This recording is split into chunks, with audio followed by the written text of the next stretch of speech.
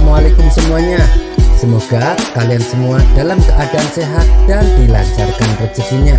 Amin ya robbal alamin. Biasanya ketika ada sebuah makam keramat yang diziarahi banyak orang, hal itu disebabkan karena di tempat itu dikuburkan seorang yang alim, atau bisa juga seorang pahlawan yang berjasa bagi negaranya. Tujuan para peziarah pun berbeda-beda. Ada yang sekedar mendoakan, ada pula yang meminta keberkahan. Dan kali ini saya akan menceritakan kisah lucu tentang Abu Nawas dan makam keramat. Kisah ini berawal ketika Abu Nawas silaturahmi ke rumah sahabatnya yang berada di kampung seberang. Sepulangnya dari sana, Abu Nawas diberi hadiah seekor keledai sebagai kenang-kenangan. Beberapa hari kemudian, Abu Nawas mendengar kabar bahwa sahabatnya itu meninggal dunia. Sedihlah hati Abu Nawas. Ia tak menyangka sahabatnya yang sangat ia cintai pergi begitu cepat meninggalkan dunia ini. Untuk mengobati rasa kehilangannya, Abu Nawas merawat dengan baik keledai pemberian sahabatnya itu. Sebab keledai inilah satu-satunya kenangan yang membuat dirinya selalu teringat akan sahabatnya. Abu Nawas memperlakukan si keledai dengan sepenuh hati, layaknya ia memperlakukan sahabatnya yang telah meninggal itu. Tidak berselang lama, Abu Nawas kembali dirundung duka. Keledai pemberian sahabatnya juga ikut mati. Ia pun lalu menguburkannya di kampung sahabatnya yang telah meninggal. Setelah usai mengubur, Abu Nawas bersimpuh di pusara sambil meratapi keledainya untuk beberapa lama. Abu Nawas terlihat khusyuk berdoa dengan bercucuran air mata. Di saat situasi demikian, lewatlah rombongan warga melintas di tempat itu. Mereka berpikir pasti yang di makam tersebut adalah makam orang suci. Sebab Abu Nawas yang terkenal alim dan pintar saja sampai rela datang ke kampung mereka hanya untuk menziarahi makam itu. Apalagi ketika mereka melihat Abu Nawas tampak sedih sampai sebegitunya meratapi kepergian orang di makam itu. Rombongan warga ini lalu berhenti dan ikut berdoa di makam tersebut. Ada yang minta keberkahan, ada pula yang berdoa agar hajatnya terkabul. Tentu saja hal ini membuat Abu Nawas kaget. "Hei, apa yang kalian lakukan?" tanya Abu Nawas heran. "Kami juga ingin mendapatkan berkah seperti dirimu. Kami yakin kalau makam ini adalah bukan makam orang sembarangan," jawab mereka. Bertambah kagetlah Abu Nawas mendengarnya. Kemudian Abu Nawas memberitahu bahwa kuburan tersebut bukanlah kuburan siapa-siapa, melainkan kuburan keledai miliknya. Tapi mereka tak mempercayainya. "Mana mungkin ini makam keledai? Buktinya kamu sampai sebegitu sedihnya. Kamu pasti ingin mencari keuntungan dari makam ini hanya untuk dirimu saja," ujar mereka. Abu Nawas sudah berkali-kali meyakinkan mereka, tapi mereka tidak menghiraukannya, yang akhirnya membuat Abu Nawas kewalahan. Ia pun akhirnya menyerah dan meninggalkan kampung tersebut. Bertahun-tahun kemudian, Abu Nawas diajak kawannya jalan-jalan mengunjungi kampung tempat keledai Abu Nawas dimakamkan. Sesampainya di sana, Abu Nawas dan kawannya merasa heran. Kenapa ada banyak orang mengunjungi sebuah makam? Ratusan orang terlihat antri bergantian menziarahi makam tersebut. Abu Nawas dan kawannya pun menjadi penasaran. Mereka berdua ingin mengetahuinya. "Makam siapa yang kau kunjungi?" tanya Abu Nawas kepada seseorang yang kebetulan melintas di hadapannya. "Itu makam keramat," jawab orang itu singkat. "Ayo Abu Nawas, kita ke sana. Saya sangat penasaran," ajak kawannya. Mereka berdua lalu mendekati makam keramat yang dimaksud, yang ramai dikunjungi sampai ribuan orang. Dan ternyata makam tersebut adalah makam keledainya Abu Nawas yang telah bertahun-tahun meninggal. Melihat hal itu, spontan Abu Nawas tertawa terpingkal-pingkal. "Hei Abu Nawas, kenapa kamu tertawa? Apa ada yang lucu?" ujar kawannya heran. "Kamu tahu tidak makam siapa itu?" tanya Abu Nawas. "Memangnya kamu tahu?" kata kawannya balik bertanya. "Tentu saja saya tahu. Aku sangat mengenali makam itu," jawab Abu Nawas. Abu Nawas pun lalu menceritakan kisah tentang makam keledai pemberian sahabatnya. Mendengar cerita Abu Nawas, kawannya itu seketika ikut tertawa terpingkal-pingkal. Tingkah Abu Nawas dan kawannya ini membuat ratusan peziarah merasa terganggu dan menganggap Abu Nawas mengolok-olok makam keramat. Orang-orang lalu menegur Abu Nawas agar menjaga sikap. Tapi Abu Nawas justru malah tertawa lebih kencang. Tentu saja hal ini membuat orang-orang emosi. Mereka segera menangkap Abu Nawas dan hendak memukulinya. "Tunggu dulu, kalian jangan cepat emosi. Kalian tahu tidak, makam yang kalian anggap keramat itu bukan makam orang alim, tapi makam keledaiku yang mati. Aku sengaja menguburkannya di situ. Kalau kalian tidak percaya, gali saja kuburan itu. Kalau saya berbohong, silahkan kalian boleh membunuh saya," ucap Abu Nawas. Ratusan orang yang hadir saling tatap satu sama lain. Ada yang percaya, ada pula yang tidak percaya. Akhirnya, untuk membuktikan ucapan Abu Nawas, mereka beramai-ramai menggali tanah makam tersebut. Dan ternyata memang benar. Yang mereka temukan adalah tulang belulang seekor keledai. Kemudian salah seorang warga bertanya kepada Abu Nawas, "Kenapa bisa seperti ini Abu Nawas?" Abu Nawas pun lalu menjelaskan awal mulanya dan kenapa keledainya dimakamkan di kampung mereka. Itu dikarenakan keledai miliknya adalah pemberian sahabatnya yang telah meninggal yang juga merupakan penduduk kampung ini. Sejak saat itulah akhirnya orang-orang menjadi sadar dan tidak lagi menganggap keramat makam tersebut. Kisah selanjutnya. Dikisahkan Abu Nawas sering pergi ke suatu kota untuk tujuan berdagang. Di kota tersebut Abu Nawas selalu mampir ke warung makan langganannya. Suatu ketika Abu Nawas baru saja tiba di kota itu. Seperti biasa, ia terlebih dahulu mampir ke warung makan langganannya. "Kawan, saya pesan 1 porsi ayam dan 2 butir telur. Tapi bayarnya kalau dagangan saya terjual habis. Boleh tidak?" tanya Abu Nawas. "Oh, silahkan Abu Nawas. Kamu kan langganan di warung kami. Tentu saja boleh," jawab pemilik warung. Ketika Abu Nawas selesai makan, ia pun lalu pergi untuk menjualkan dagangannya. Setelah 3 bulan berlalu, dagangan Abu Nawas terjual habis. Kemudian Abu Nawas mendatangi kembali warung makan langganannya. "Bagaimana Abu Nawas? Apakah dagangannya laris?" tanya pemilik warung. "Alhamdulillah kawan, dagangan saya laku semuanya." "Oh iya kawan, saya pesan makanan seperti dulu, 1 porsi ayam dan 2 butir telur," ucap Abu Nawas. "Baik Abu Nawas, kami akan langsung menyajikannya." Setelah Abu Nawas selesai makan, ia pun berkata, "Saya minta total tagihannya. Jangan lupa ya, digabung dengan tagihan 3 bulan lalu." Si pemilik warung segera menghitung totalnya dan memberikan secari kertas. "Ini semua total tagihannya Abu Nawas. Cukup 200 dirham saja," kata si pemilik warung. Abu Nawas langsung terkejut mendengar jumlah yang harus dibayarnya. "Apa? 200 dirham? Hanya untuk 2 porsi ayam dan 4 butir telur, kau bilang cukup 200 dirham? Kamu mau memerah saya ya?" tanya Abu Nawas emosi. "Sabar dulu Abu Nawas, jangan emosi begitu. Harga ini sudah cukup murah. Coba kau pikir, ayam yang kau makan sejak 3 bulan lalu, apabila setiap harinya dia bertelur, maka tentu akan menghasilkan ayam-ayam yang banyak. Bila dijual, totalnya bisa sampai ribuan dirham. Tapi saya memintamu hanya membayar cukup 200 dirham.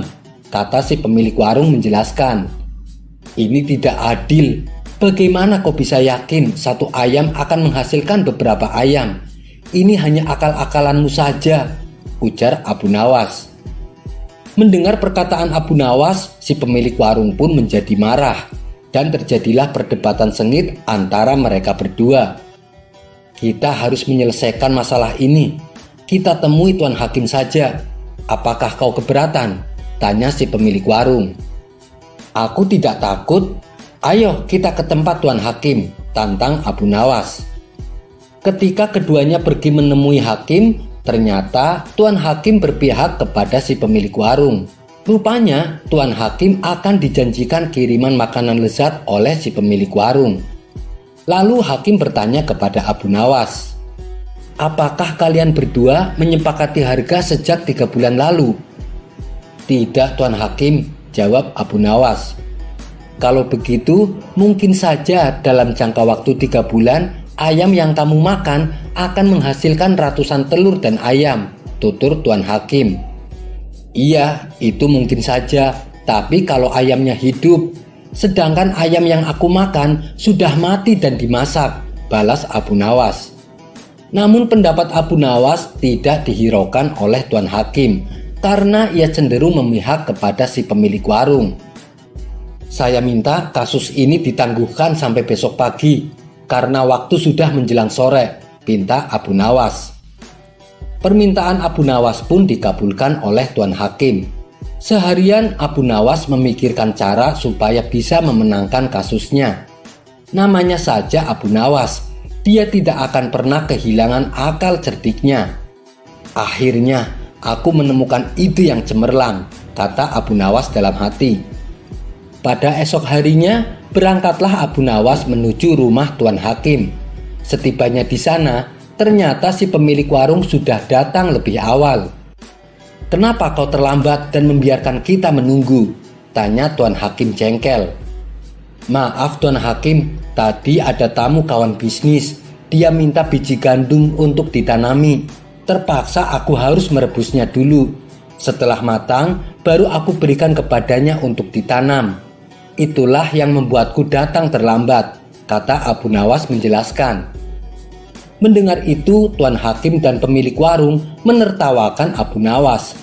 Lalu dengan nada mengejek, si pemilik warung berkata kepada Abu Nawas, luar biasa, saya baru dengar ada biji gandum yang sudah direbus, ditanam dan kemudian bisa tumbuh. Tuan Hakim dan si pemilik warung kembali tertawa terpingkal-pingkal.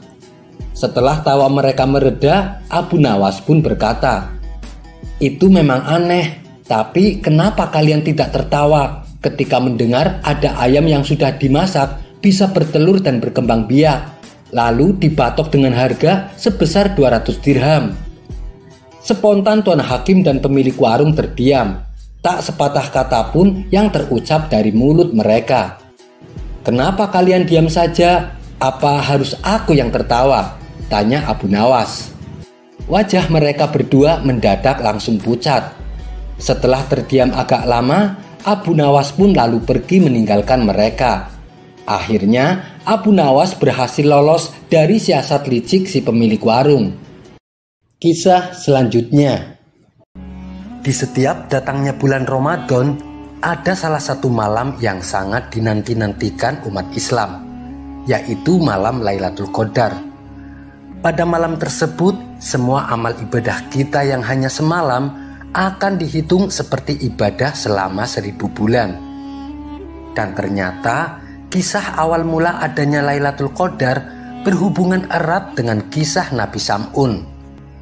Nabi Sam'un adalah seorang nabi yang sangat gagah perkasa dan juga mempunyai kekuatan yang luar biasa. Kisah Nabi Sam'un ini bahkan dijadikan tokoh film oleh bangsa Eropa. Nama Sam'un pun berubah menjadi Samson. Dalam kitab Muqashafatul Qulub karya Imam Al-Ghazali, diceritakan pada suatu malam di bulan Ramadan, Rasulullah berkumpul dengan para sahabatnya. Tiba-tiba tanpa sebab Rasulullah tersenyum sendiri. Melihat hal itu, salah satu sahabatnya bertanya, "Kenapa engkau tersenyum ya Rasulullah?" Rasulullah menjawab, "Diperlihatkan kepadaku hari akhir, ketika di mana seluruh manusia dikumpulkan di padang mahsyar. Semua nabi dan rasul berkumpul bersama umatnya masing-masing masuk ke dalam surga. Namun ada salah seorang nabi yang tidak mempunyai pengikut satupun. Ia berjalan dengan membawa pedang di tangannya, lalu ia masuk ke dalam surga. Dia adalah Nabi Sam'un." Lalu Rasulullah bercerita tentang kehebatan Nabi Sam'un. Namanya adalah Sam'un Al-Ghazi. Sam'un artinya matahari. Al-Ghazi adalah suatu tempat di Palestina, sekarang dikenal dengan nama Gaza. Allah memberikan mukjizat kepadanya kekuatan yang luar biasa. Ia sanggup melunakkan besi dan dapat merobohkan istana dengan tangan kosongnya. Hidupnya hampir setiap hari dilalui dengan berperang melawan bangsa yang menentang ajaran Allah. Terlebih dengan pedang ajaib yang selalu ia bawa kala berperang. Senjatanya terbuat dari tulang rahang unta bernama liha jamal. Ketika ia haus dan lapar, senjatanya bisa mengeluarkan air dan menumbuhkan daging untuk dimakan. Dalam kisah para nabi disebutkan Nabi Sam'un sanggup beribadah selama 1000 bulan, di mana saat siang ia isi dengan berperang dan berpuasa, dan saat malam ia gunakan untuk beribadah. Selama 1000 bulan ia menjadi pembela agama Tauhid yang berperang melawan musuh Allah hanya berbekal tulang rahang unta. Ketangguhan dan keperkasaan Nabi Sam'un dipergunakan untuk menentang penguasa zalim dan juga memberantas kemungkaran yang dilakukan oleh orang-orang kafir. Sang Raja Bani Israel bingung dengan cara apa lagi supaya bisa mengalahkan Nabi Sam'un. Pernah suatu ketika sang raja mengerahkan 1000 pasukan untuk membunuh Sam'un. Namun semua pasukannya justru yang mati terbunuh. Berbagai upaya pun dilakukan sang raja. Akhirnya atas saran dari para penasehatnya diumumkanlah sebuah sayembara. Barang siapa yang dapat menangkap Nabi Sam'un ataupun membunuhnya akan mendapat hadiah emas dan permata yang berlimpah. Tapi lagi-lagi sang raja menemui jalan buntu karena tak ada seorang pun yang berani melakukannya. Cara licik pun lalu dilakukan oleh sang raja. Ia membujuk istri Nabi Sam'un untuk bekerja sama. Apabila ia berhasil menangkap Nabi Sam'un, maka sang raja akan menghadiahi emas dan permata yang berlimpah. Rupanya hal ini membuat istri Nabi Sam'un berkhianat. Ia tergiur dengan hadiah yang ditawarkan oleh sang raja. Dikala Nabi Sam'un sedang tidur, diikatlah oleh istrinya dengan menggunakan tali tambang yang cukup besar dan kuat. Dan keesokan harinya setelah Nabi Sam'un terbangun, ia pun kaget mendapati dirinya terikat. Namun dengan mudahnya ikatan tambang yang melilitnya ia lepaskan. Nabi Sam'un pun heran mengapa istrinya mengikatnya dengan tambang. Setelah ditanya kenapa, sang istri menjawab, "Aku hanya ingin mengetahui seberapa kuatkah engkau, wahai suamiku?" Mendengar alasan tersebut, Nabi Sam'un pun hanya tersenyum. Pada malam berikutnya, sang istri kembali melakukan percobaan yang kedua. Kali ini ia mengikat Nabi Sam'un dengan rantai yang terbuat dari baja. Esok paginya Nabi Sam'un pun terbangun dari tidurnya. Ia kembali kaget dengan apa yang dilakukan oleh istrinya. Nabi Sam'un mengerahkan sedikit kekuatannya sehingga lepas ikatan rantai baja yang mengikat tubuhnya. "Ternyata kekuatanmu sungguh luar biasa, wahai suamiku," kata sang istri memuji. "Wahai suamiku, aku masih penasaran, apa sih kelemahanmu?" tanya sang istri ingin tahu. Karena sayangnya dan cintanya kepada sang istri, Nabi Sam'un pun mengatakan rahasia kelemahannya. "Bila kau ingin mendapatkanku dalam keadaan tak berdaya, maka ikatlah aku dengan potongan rambutku. Tapi simpanlah rahasia ini, jangan sampai orang-orang kafir mendengarnya." Pada malam berikutnya, ketika Nabi Sam'un telah tertidur, sang istri menggunting rambutnya Nabi Sam'un. Lalu rambut tersebut ia gunakan untuk mengikat suaminya. Dan ternyata benar, Nabi Sam'un pun menjadi lemah tak berdaya.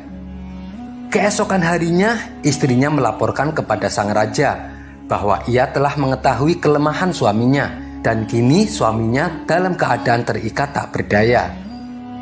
Mendengar Nabi Sam'un telah berhasil dilumpuhkan, sang raja segera mengutus rombongan prajurit untuk membawa Sam'un ke hadapannya. Setibanya di istana, tangan dan kaki Nabi Sam'un langsung diikat dan dibentangkan di antara pilar-pilar istana. Tubuhnya yang lemas terus-terusan mendapatkan siksaan. Penyiksaan tersebut sengaja dipertontonkan di hadapan rakyatnya, seolah-olah mereka merayakan kemenangan, karena tidak ada lagi orang yang melarang perjudian, minum-minuman keras, dan mereka pun bebas melakukan apa saja. Dalam keadaan lemah, Nabi Sam'un lalu berdoa kepada Allah. Ia memohon pertolongan dan meminta agar kekuatannya dikembalikan seperti sedia kala. Doa Nabi Sam'un pun dikabulkan oleh Allah Subhanahu wa Ta'ala. Tali-tali yang mengikatnya ia tarik dengan sekuat tenaga, sehingga menyebabkan pilar-pilar istana sang raja roboh berantakan. Raja bersama seluruh penduduk kota semuanya mati tertimbun reruntuhan istana, termasuk istrinya Nabi Sam'un sendiri. Sejak saat itulah Nabi Sam'un bertaubat kepada Allah. Ia tidak akan lagi terlena oleh bujuk rayu wanita. Ia juga berjanji selama 1000 bulan ia akan menghabiskan waktu siangnya dengan berpuasa dan berperang membunuh orang-orang kafir, sedangkan malamnya akan ia gunakan untuk beribadah. Ketika Rasulullah selesai menceritakan kisah Nabi Sam'un, para sahabat-sahabat ini sangat takjub kepada Nabi Sam'un. Di antara sahabat ada yang iri dengan berkata, "Ya Rasulullah, kami juga ingin memiliki pahala ibadah seperti ibadahnya Nabi Sam'un." Kemudian Rasulullah diam sejenak sembari memohon kepada Allah.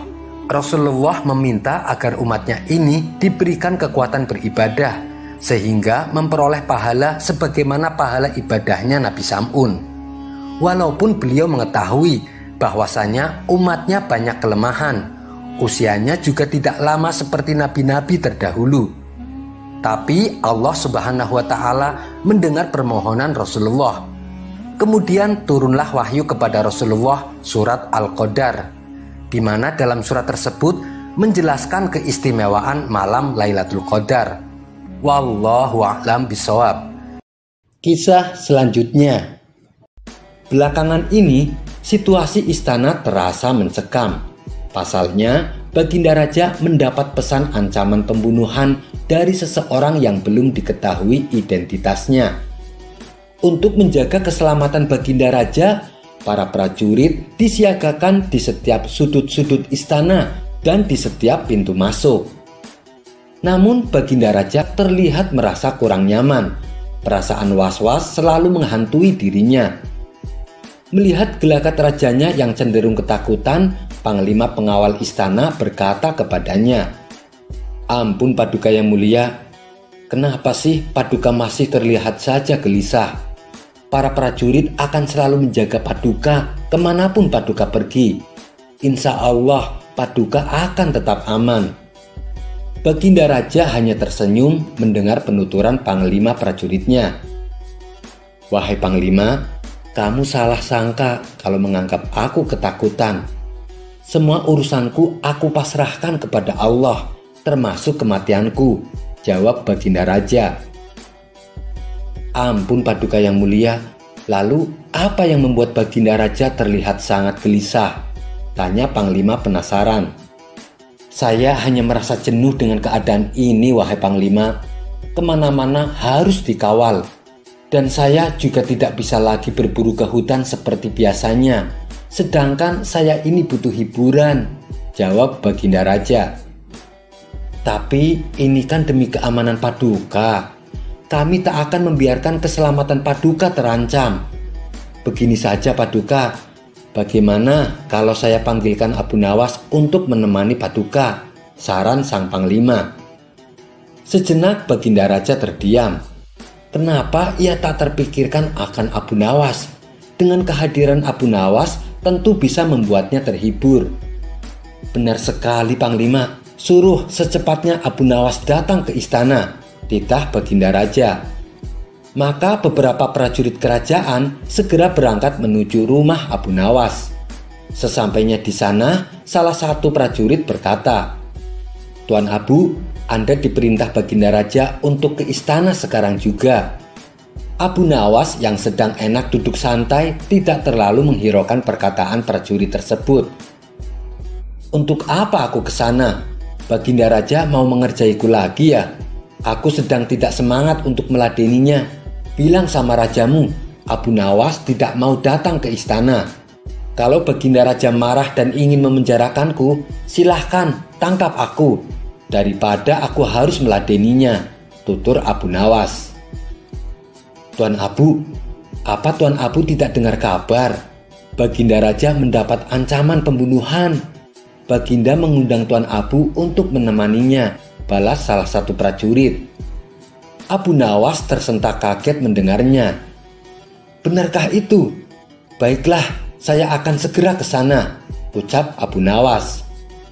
Singkat cerita, sampailah Abu Nawas di istana dan menghadap Baginda Raja.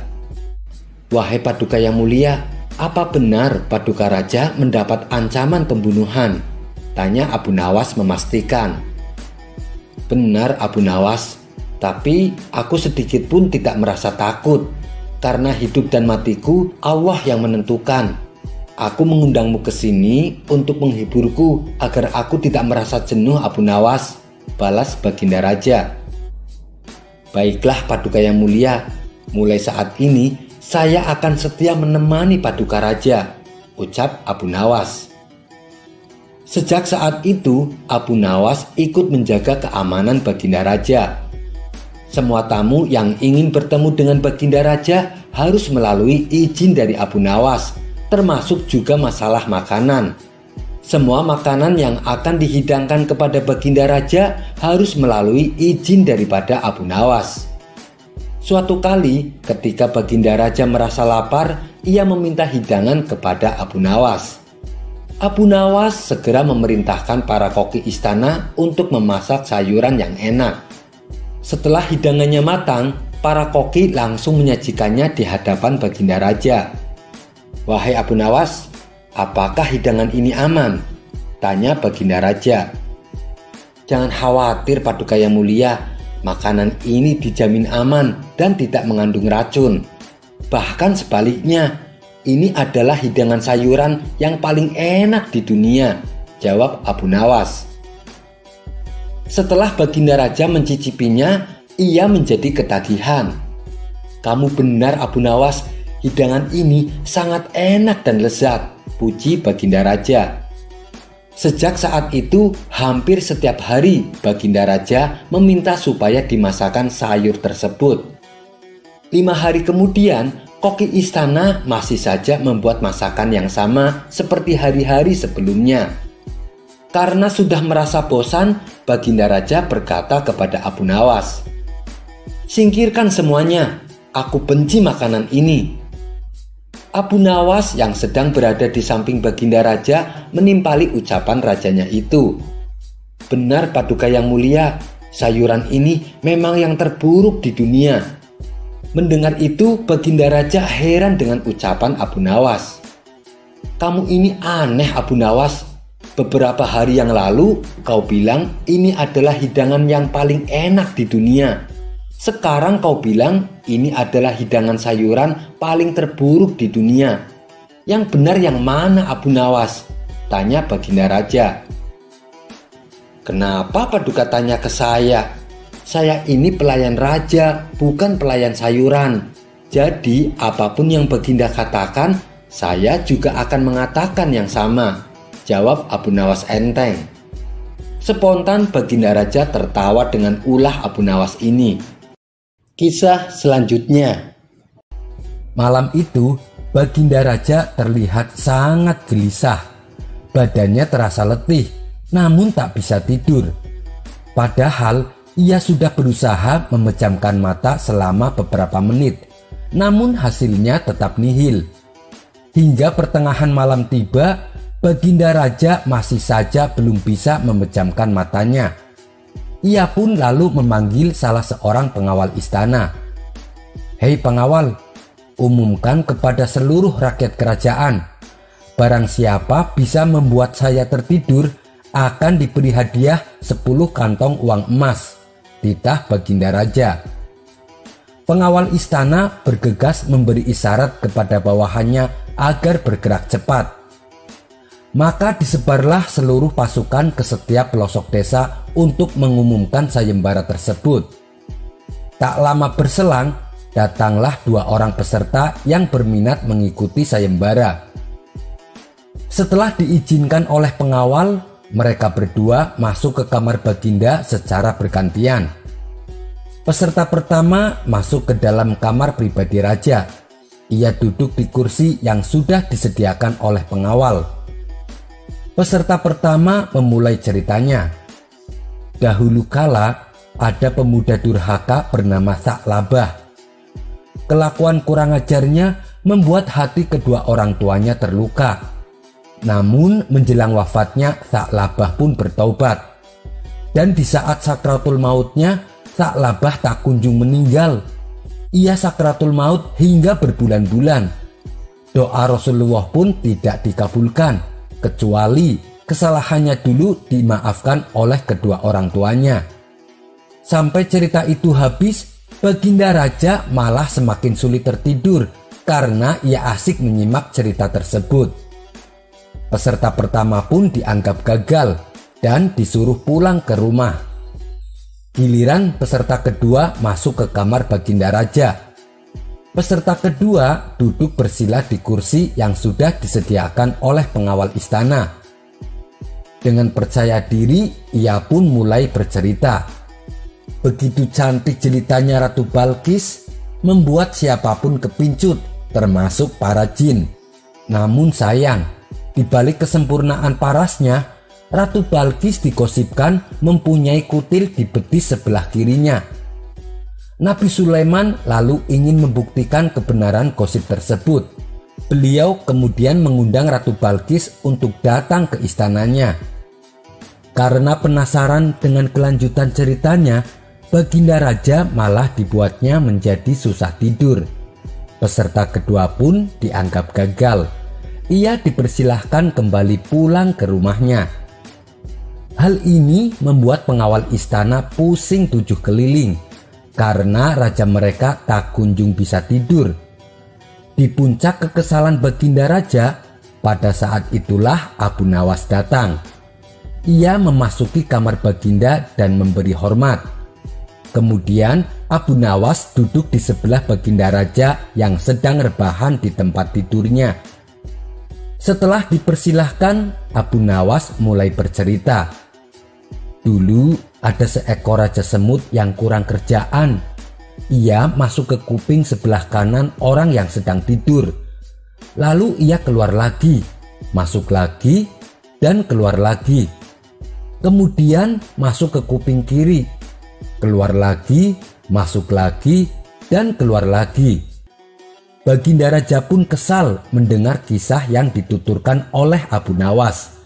Ia menjadi jenuh dan sama sekali tidak tertarik dengan ceritanya, sehingga Baginda Raja memiringkan tubuhnya membelakangi Abu Nawas. Akan tetapi Abu Nawas terus saja melanjutkan ceritanya. Akibat cerita yang menjenuhkan itu, Baginda Raja pun mulai menguap beberapa kali. Perlahan Baginda Raja mulai mengatupkan kedua matanya, dan akhirnya Baginda Raja pun bisa tertidur. Keesokan harinya, Abu Nawas kembali dipanggil ke istana untuk menghadap Baginda Raja. "Hei Abu Nawas, ceritamu itu memang aneh dan sangat menjenuhkan. Akan tetapi, kamu telah berhasil membuat saya tertidur. Silahkan, kamu ambil hadiah yang sudah saya janjikan," kata Baginda Raja kepada Abu Nawas. "Terima kasih Paduka yang mulia, hamba ikut bahagia karena Baginda tadi malam bisa tidur dengan nyenyak." Akhirnya Abu Nawas pun pulang sambil membawa hadiah dari Baginda Raja. Kisah selanjutnya. Abu Nawas ternyata adalah anak seorang pejabat istana. Ayahnya yang bernama Syekh Maulana menjabat sebagai hakim. Ia dikenal sangat jujur dan adil dalam memutuskan suatu perkara. Suatu ketika ayahnya Abu Nawas jatuh sakit. Ia hanya bisa terbaring lemas di tempat tidurnya. Ketika Abu Nawas menemani ayahnya yang sedang sakit, ayahnya berkata kepada Abu Nawas, "Hai anakku, aku sudah hampir mati. Sekarang ciumlah telinga kanan dan telinga kiriku." Abu Nawas langsung menuruti permintaan terakhir ayahnya. Ia cium telinga kanan ayahnya, ternyata berbau harum. Sedangkan telinga yang sebelah kiri berbau sangat busuk. Abu Nawas pun heran dengan hal itu. Kemudian ayahnya berkata, "Wahai anakku, ceritakan kepadaku sejujurnya, bagaimana bau kedua telingaku ini?" Abu Nawas menjawab, "Saya sungguh heran ayah. Telinga sebelah kanan ayah berbau harum, tapi telinga yang sebelah kiri berbau busuk." Sang ayah pun kembali berkata kepada Abu Nawas, "Hai anakku, tahukah engkau apa sebabnya?" tanya sang ayah. "Tidak tahu ayah, cobalah terangkan kepadaku," jawab Abu Nawas. Kemudian ayahnya bercerita, "Pada suatu hari datang dua orang mengadukan masalahnya kepadaku. Yang seorang aku dengarkan keluhannya, tapi yang seorang lagi karena aku tidak suka maka tak ku dengar pengaduannya. Inilah risiko menjadi hakim. Jika kelak kau menjadi hakim, maka kau akan mengalami hal yang sama. Namun jika kau tidak ingin menjadi hakim, maka buatlah alasan yang masuk akal agar kau tidak dipilih sebagai hakim oleh Raja Harun al-Rasyid. Akan tetapi pasti Paduka Yang Mulia akan tetap memilihmu." Tidak lama kemudian sang ayah pun meninggal dunia. Mengetahui kabar duka tersebut, Raja Harun al-Rasyid memerintahkan Abu Nawas mengubur jenazah ayahnya sesuai adat keluarga Syekh Maulana. Sang raja merasa senang saat melihat Abu Nawas sedang memandikan jenazah, mengkafani, menyolati dan mendoakan. Sebab kepandaian Abu Nawas persis seperti ayahnya. Sang raja berniat untuk mengangkat Abu Nawas sebagai pejabat istana menggantikan posisi ayahnya sebagai hakim.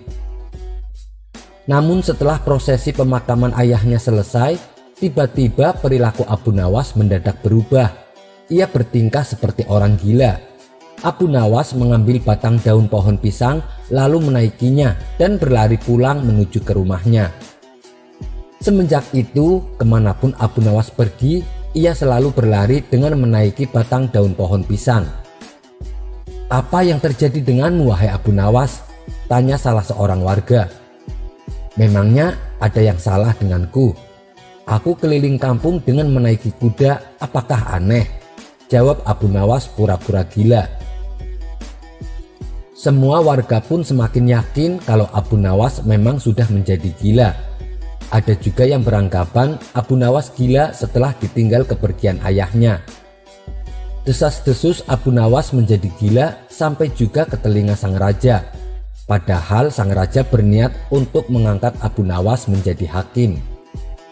Karena merasa tak yakin dengan kabar tersebut, lalu sang raja memerintahkan beberapa utusan istana untuk memanggil Abu Nawas. Sesampainya di rumah Abu Nawas, mereka berkata, "Hai Abu Nawas, kamu disuruh ke istana untuk menghadap raja sekarang juga." Abu Nawas menjawab, "Ada keperluan apa Paduka memanggilku? Bilang saja aku sedang sibuk." "Kamu tidak boleh berkata seperti itu, wahai Abu Nawas," ucap salah satu utusan istana. "Apa kalian buta?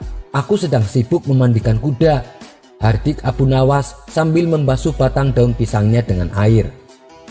"Sudah, kalian pulang saja dulu, nanti aku menyusul," ucap Abu Nawas dan melemparkan debu ke arah mereka.